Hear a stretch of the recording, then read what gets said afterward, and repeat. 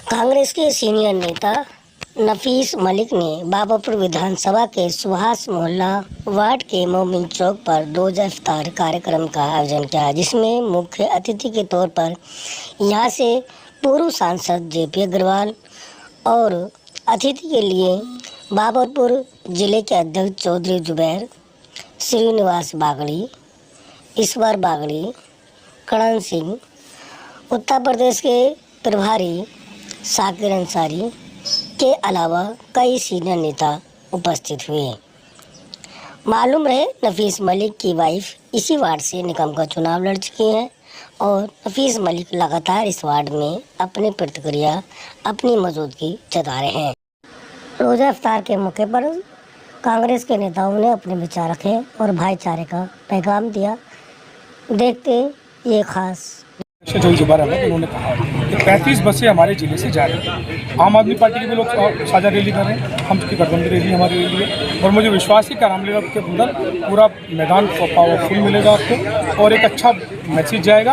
और मैं समझता हूँ अगर सरकार को थोड़ी सी आंखें खुले तो वो जो हिंदुस्तान की आवाम है उसकी मंशा को पहचाने।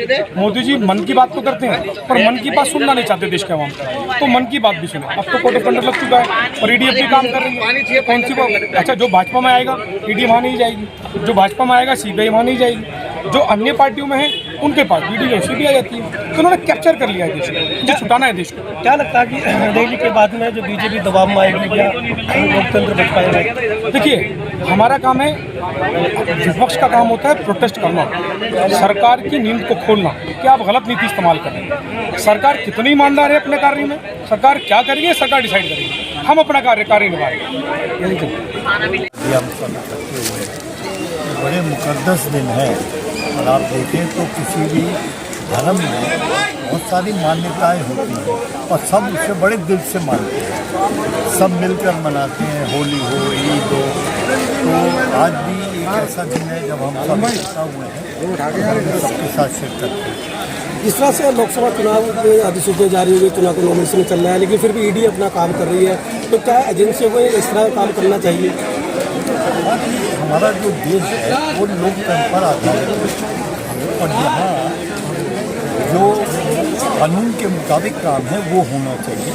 उसके ऊपर किसी भी सरकार की जोर और जबरदस्ती अच्छी नहीं होती। ये स्वतंत्र सारी संस्थाएं हैं और उनको उसी रूप में काम करना चाहिए।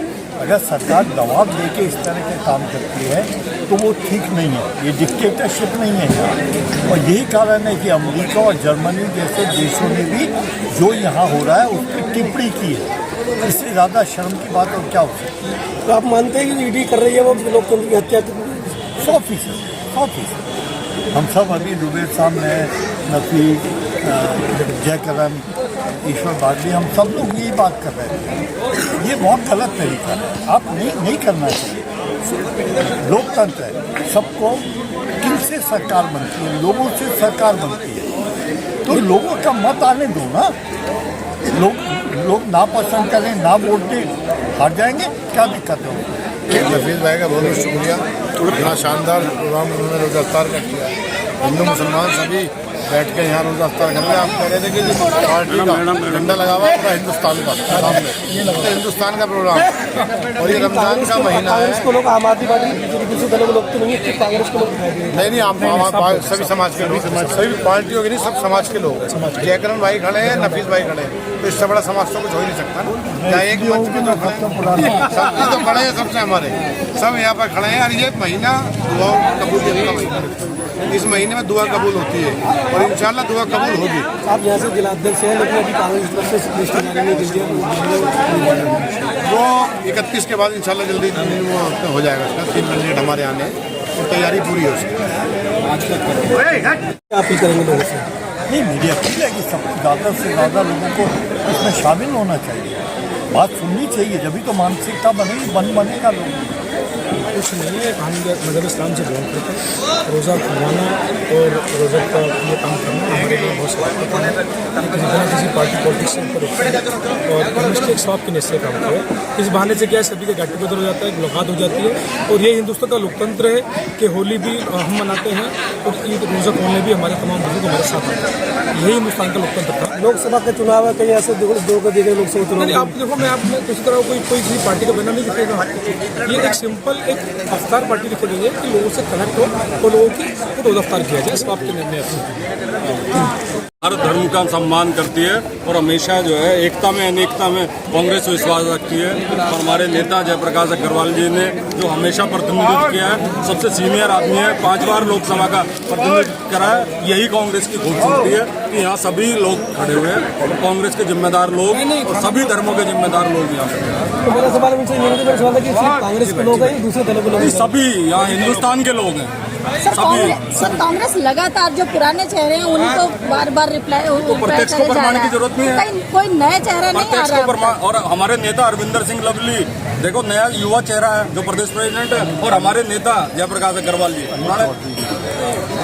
वो सब मिक्सर है। देखो, मैं सैयद शाकिर अली पटना का रहने वाला हूँ। उत्तर प्रदेश का मैं प्रभारी हूँ और नेशनल कोऑर्डिनेटर हूँ माइनॉरिटी डिपार्टमेंट। जिस तरह से लोकसभा का चुनाव चल रहा है और लोकसभा चुनाव को लेकर तैयारी सारी पार्टियों की टिकट नॉमिनेशन की तारीखें चल रही हैं, तो यूपी में किस तरह का माहौल है, जिस तरह आप देख रहे हैं?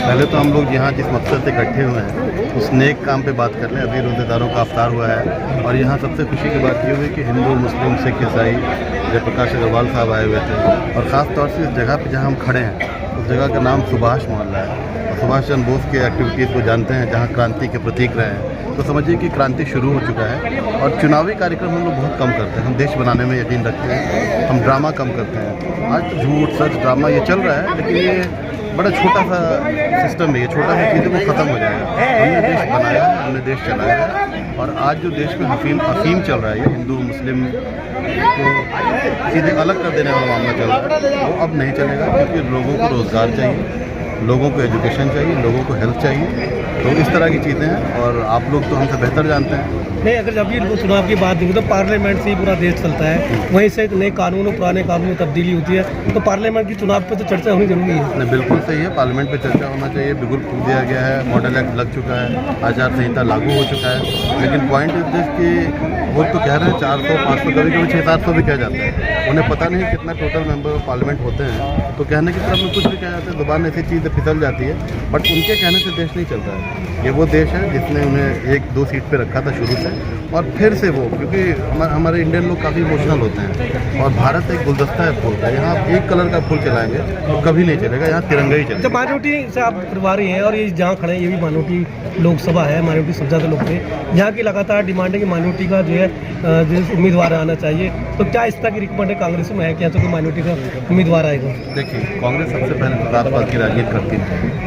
जहाँ जो सक्षम कैंडिडेट होंगे, जात से राजनीति नहीं होता है, राजनीति होता है वोटर और लीडर, दोनों में दो फर्क होता है, मेजर फर्क होता है। लीडर को वोटर चुनते हैं और कांग्रेस पार्टी हमेशा सभी धर्मों का सम्मान करती है। और जो सक्षम कैंडिडेट होंगे, जो सब समाज के देश हित में काम करने वाले होंगे, उन्हें टिकट। लेकिन माइनॉरिटी की बात नहीं करेंगे, माइनॉरिटी उम्मीदवार की बात नहीं करेंगे, माइनॉरिटी की नहीं करते हैं। कांग्रेस इस बार नए चेहरे और नए लोगों पर विश्वास कर रही है। तो जाहिर सी बात है, हमारे राष्ट्रीय अध्यक्ष बिल्कुल युवा नेता हैं। पूरी दुनिया से वो इकलौते शख्स हैं जो आरएसएस और देश विरोधी लोगों से अकेले लड़ रहे हैं।